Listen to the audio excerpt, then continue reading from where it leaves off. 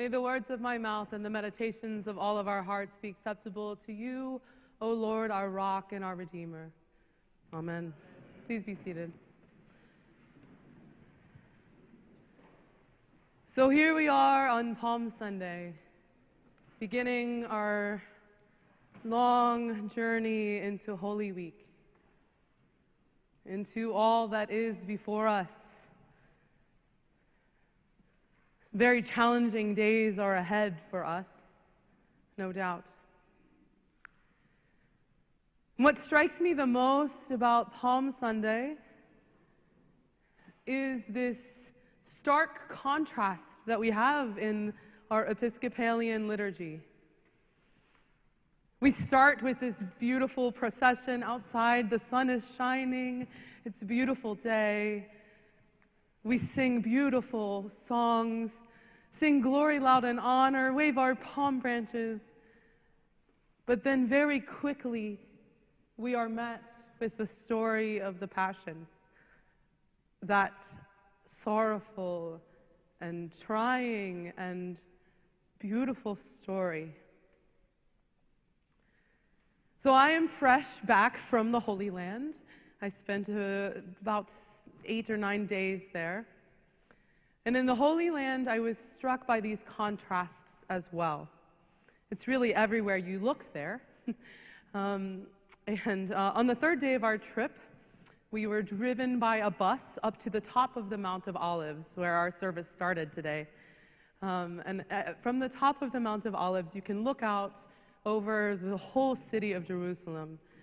And before us, we saw the old city with its ancient walls, and then beyond that, the sprawling metropolis that is now modern Israel.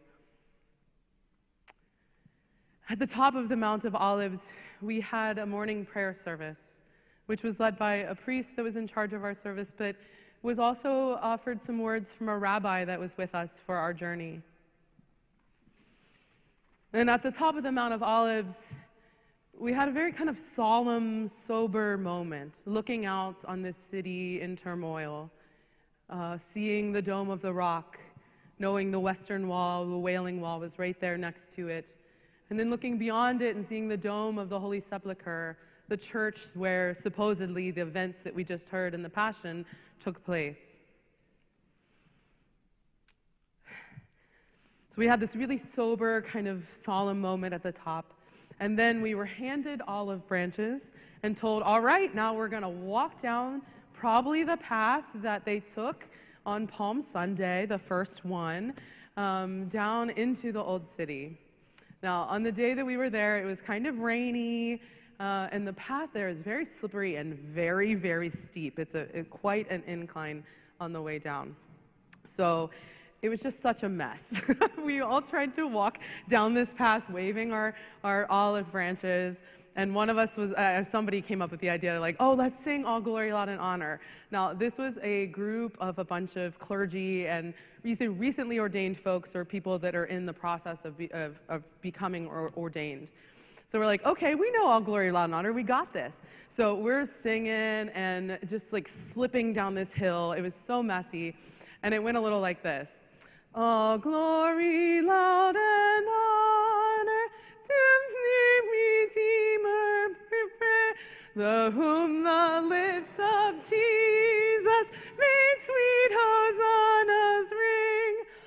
Da da da da da, Israel, the David's holy son. You know, so it was like just a mess. A total mess. We all thought we could do it because we're clergy and we think we can do everything, and we really can't. But as we were doing this, and we just had this really sober, kind of solemn moment at the top, and then this messy, we were just giggling, we were just losing it on the way down. I was just reminded of how much of life is like that. Like how much of it is sober and somber and sorrowful and full of that pain. And then in the next moment, there's this beauty and joy and giggling and silliness.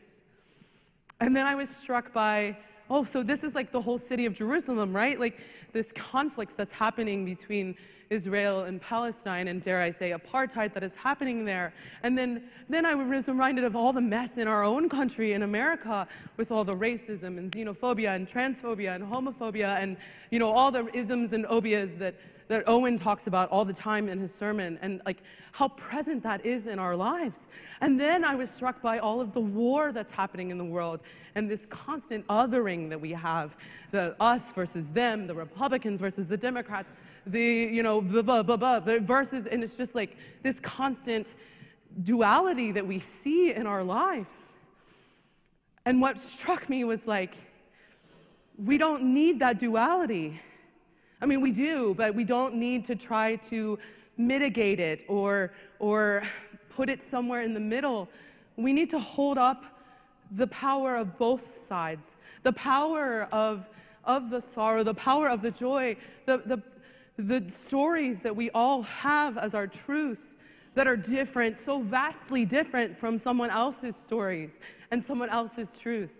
And just because I am right doesn't make someone else necessarily wrong, but really it's that all of these things should be held together. And man, is that hard. Oh my gosh, that's hard to do.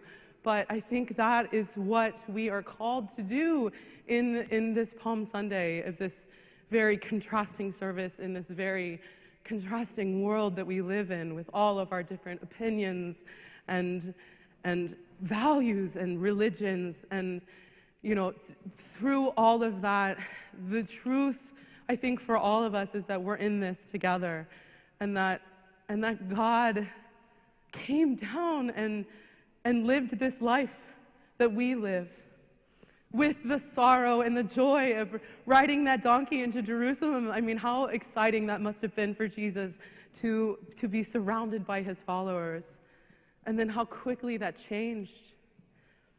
So I invite us all to fully enter into the joy of Palm Sunday and the sorrow and the power and the gloom and doom of the crucifixion, knowing that that resurrection is awaiting us all.